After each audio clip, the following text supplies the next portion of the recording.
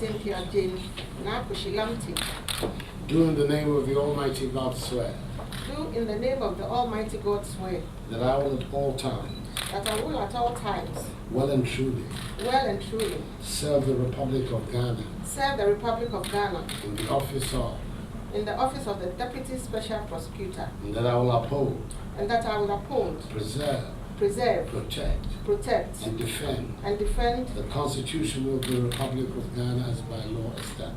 the Constitution of the Republic of Ghana as by law established. So help me God. So help me God.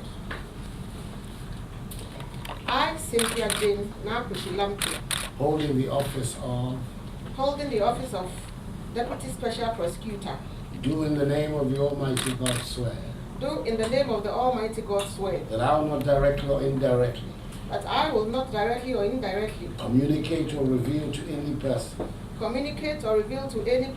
any matter which shall be brought under my consideration or shall come to my knowledge in the discharge of my official duties, except as may be required for the discharge of my official duties, or as may be specially permitted by law. Permitted by law. So help me God. So help me God. Congratulations.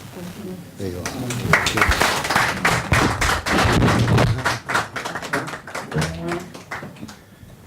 Special Prosecutor,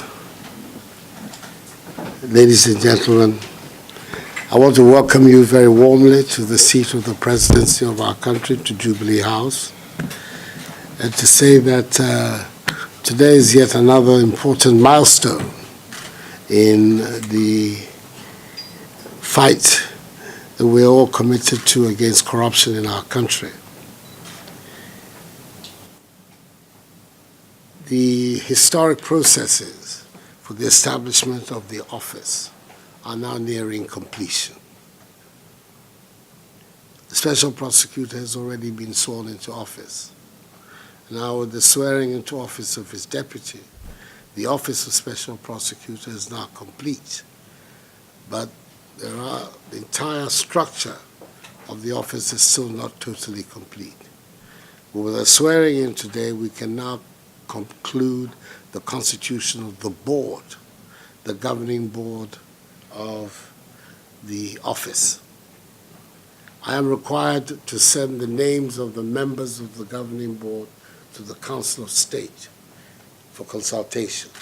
And once that process is over, and I'm expecting that it will be expeditious, then we can say that the office is now in full place so that we can begin its fight. So, welcome. Congratulations.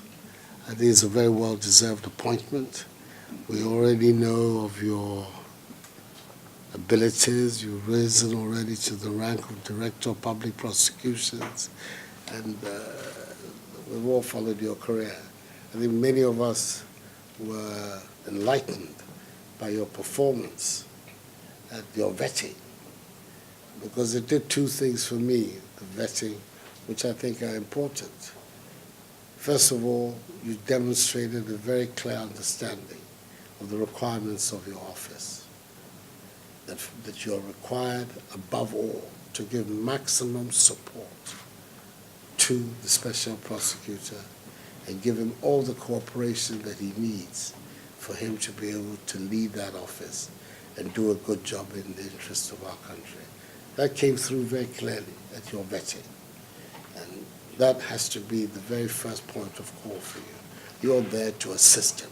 You're his deputy, and you are there to assist him to discharge the functions of this office. It shouldn't be too difficult. You know each other very well. You even said so at the you said so at the vetting, and that therefore cooperating with them and working with them shouldn't be a great difficulty. It also showed a clear understanding of the awareness of the task that this appointment has called you to perform. It's a very difficult task. It's unprecedented in our in our history. Both of you are the pioneers in this work. But your vetting showed clearly that you have a very good understanding of what you're being called upon to do. The issues are known to to the entire Ghanaian polity, the damage that corruption has done to our nation, and that therefore there is the need for us, within the parameters of the rule of law, to find effective instruments for dealing with it. And this is the solution that this government and the people of Ghana have devised, to create this independent, non-partisan office that without ill will or favor, fear or will go ahead and examine, investigate, and if necessary, prosecute public office holders, politically exposed persons for acts of corruption in our country. It's an onerous task, but your history, your background, your own personality tells all of us who have brought you to this point that you should be more than capable of fulfilling the requirements of this office. So I have to wish you Godspeed, the very best of luck, and we want to hear only good things about your working relationship with the Special Prosecutor and about the work of that office. When this prosecutor was being sworn in, I gave a solemn undertaking on the part of the executive that we would do our part, not only to respect the independence of the office, which is required by its charter, its statute, but also the assistance that it will be required for us to provide the office so that it runs well, will be matters that you can count on us, especially the Attorney General, who will be the interface of the government as far as you're concerned, is ever ready. She's responsible for nominating both of you to me for your appointment. So I understand by that she herself has a clear idea of why she acted and of the personalities involved. So I'm expecting that within the remit of your offices, you'll also find it easy to cooperate and work with her. All of that we are doing is all for one good. It is for the good of the Ghanaian people. That is why we're here, and that is what we've been charged to do by our respective oaths of office, by the requirements of the mandate that I received from the people of Ghana. So let me congratulate you once again and wish you, as I say, Godspeed and the very best of luck in these very heavy responsibilities that you have been called upon to assume. I wish to take this opportunity to thank His Excellency, the President of the Republic of Ghana, for this onerous task and confidence reposed in me. I also assure him and the people of Ghana that I will do my work diligently without fear or favor to make sure that the task that has been given to me is well done.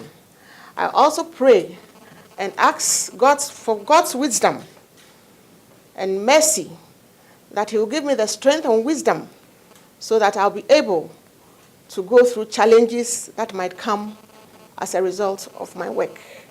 And I know the good Lord will do that for us. And then the two of us will sing your popular song. Mr. President, I thank you very much because it's an honorous task for me. I feel elated that out of all the people in Ghana, I should be chosen to do this sort of work. Once again, I thank you and the people of Ghana. Thank you very much.